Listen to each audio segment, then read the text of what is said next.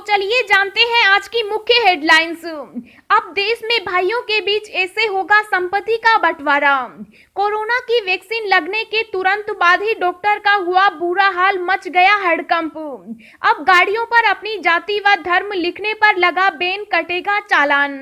29 दिसंबर को किसान संगठन सरकार से बातचीत के लिए तैयार, रखी ये 4 शर्तें। एसबीआई में है खाता तो ध्यान दें, मोबाइल रजिस्टर कराए बिना अभी नहीं ले सकेंगे यह सुविधा।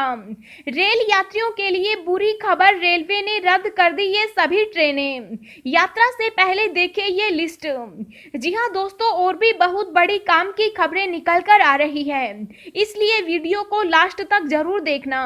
तो चलिए जानते हैं एक एक करके तमाम बड़ी खबरों को। पर इससे पहले अभी तक आपने इस वीडियो को लाइक नहीं किया तो लाइक कर दीजिए। तो चलिए वीडियो स्टार्ट करते हैं। अब गाड़ियों पर अपनी जाति व धर्म लिखने पर लगा बैन, कटेगा चालान। जी हां, उत्तर प्रदेश की राजनीति और सामाजिक व्यवस्था में जातीय समीकरण बेहद अहम माने जाते हैं। इसकी झलक 2 पहिया और 4 पहिया वाहनों पर भी देखने को मिल जाती है।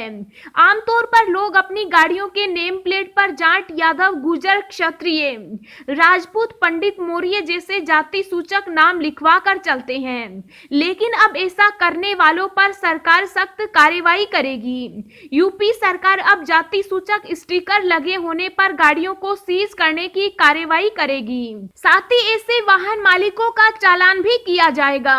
गाड़ियों पर स्टिकर के माध्यम से अपनी जाति को दर्शाना अब आपकी जेब भी खाली करेगा।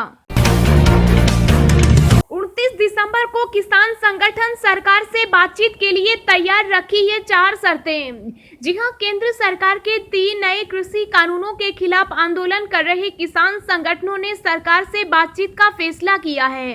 किसान संगठनों ने 29 दिसंबर को सुबह 11 बजे सरकार से अगले दौरे की बातचीत का प्रस्ताव दिया। हालांकि बातचीत को लेकर किसान संगठनों ने सरकार के सामने 4 शर्तें भी रखी है। किसानों की पहली शर्त है कि सरकार तीनों नए कृषि कानून रद्द करे। दूसरी शर्त है कि एमएसपी की कानूनी गारंटी दी जाए। तीसरी शर्त में बिजली बिल ड्राफ्ट में बदलाव की मांग है। चौथी शर्त है कि पराली कानून से किसानों को बाहर रखा जाए। बता दें कि किसान संगठनों का प्रदर्शन 1 महीने से अधिक समय से दिल्ली के अलग अलग बॉर्डर पर जारी है। बिहार में भाइयों के बीच ऐसे होगा संपत्ति का बंटवारा। जी हां, बिहार जमीन बंटवारे को लेकर कई बार भाइयों में काफी ज्यादा दिक्कतें आने लगती हैं और हर कोई इसको लेकर काफी ज्यादा परेशान भी हो जाता है। ऐसे में यदि आप भी बिहार में रहते हैं और जमीन बंटवारे का सही तरीका नहीं जानते तो आपके लिए दिक्कतें आ सकती हैं। भाइयों के बीच संपत्ति का बंटवारा करते समय बहनों का भी उपस्थित रहना आवश्यक है, क्योंकि पिता के संपत्ति में बहनों का भी अधिकार होता है। संपत्ति बंटवारे के बाद 21 दिन के अंदर जमीन का खारिज दाखिल होना जरूरी है, ताकि भविष्य में कोई परेशानी न हो। सरकारी आदेश के मुताबिक भाइयों के बीच संपत्ति के बंटवारे के दौरान सारे कामकाज सरकारी कागज पर होने चाहिए। संपत्ति बंटवारे के दौरान बहन से लिखित पत्र लेना भी अनिवार्य है।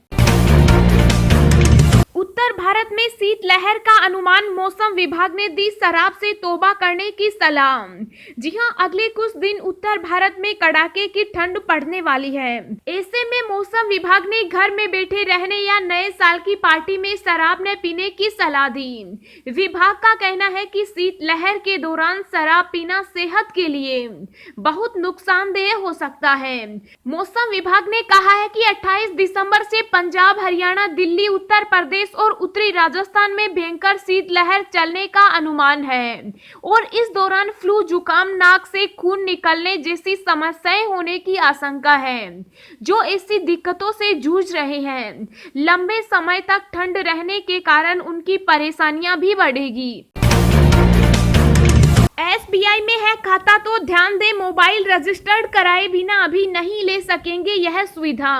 जी हां, भारतीय स्टेट बैंक ने सभी मर्चेंट ट्रांजैक्शंस के लिए अब ओटीपी अनिवार्य कर दिया है। ईमेल पर ओटीपी को अस्थायी तौर पर डिसेबल कर दिया गया है। ऐसे में बैंक की सलाह है कि यूजर्स ओटीपी और एसएमएस अलर्ट पाने के लिए अपना मोबाइल नंबर रजिस्टर करा लें। हाई सिक्योरिटी नंबर प्लेट नहीं होने पर 1800 लोगों का कटा चालान, लेकिन अब मिली बड़ी राहत। जी हां, दिल्ली में वाहन मालिकों को बड़ी राहत मिली है। परिवहन विभाग ने हाई सिक्योरिटी नंबर प्लेट और कलर कोटेड स्टिकर को लेकर चलाए जा रहे अभियान पर अभी रोक लगा दी है। सूत्रों के मुताबिक विभाग का मकसद अभी लोगों को केवल जागरूक करना है। हालांकि कुछ दिनों के बाद यह अभियान फिर से चलाया जाएगा। दोस्तों, अगली खबर जानने से पहले आपसे एक रिक्वेस्ट है कि इस वीडियो को बनाने में मुझे बहुत ज्यादा मेहनत लगती है, तो इस मेहनत के लिए वीडियो को एक छोटा सा लाइक जरूर करें। इस बार केवल 48 दिन का ही होगा कुंभ, फरवरी अंत में जारी होगी अधिसूचना। जी हां, हरिद्वार में 2021 में होने जा रहे कुंभ का आयोजन इस बार केवल 48 दिन का ही होगा। शहरी विकास मंत्री मदन कौशिक ने कहा है कि कुंभ का आयोजन मुख्य तौर पर मार्च से अप्रैल के बीच किया जाएगा। सरकार फरवरी अंत में मेले की विधिवत अधिसूचना जारी करेगी। कोरोना वायरस को लेकर सरकार ने इसकी तैयारी कर ली है। मुख्यमंत्री त्रिवेंद्र सिंह रावत के निर्देश पर शासन ने कुंभ मेला 2021 के Covid care centre, surveillance system और चिकित्सकीय व्यवस्थाओं को खरीद के लिए 14 करोड़ 29 लाख रुपए जारी कर दिए। कुंभ में सर्विलांस सिस्टम लगाने के लिए पहली किस्त के रूप में 6.94 करोड़ की धनराशि जारी की गई है। रेल यात्रियों के लिए बुरी खबर, रेलवे ने रद्द की ये सभी ट्रेनें। यात्रा से पहले देखें ये लिस्ट। जी हां, कोरोना वायरस ने पूरी दुनिया में तबाही मचा रखी है। इस महामारी की वजह से लोगों के आम जीवन पर काफी असर पड़ा है। कोरोना वायरस की वजह से कई सेवाओं पर अभी भी रोक जारी है। भारतीय रेलवे भी कोरोना वायरस महामारी के कारण रेगुलर ट्रेनों का संचालन नहीं कर पा रही। भारतीय रेलवे इस समय स्पेशल ट्रेनों का संचालन कर रहा है। इसके कारण रेल यात्रियों को समस्याओं का सामना करना पड़ रहा है।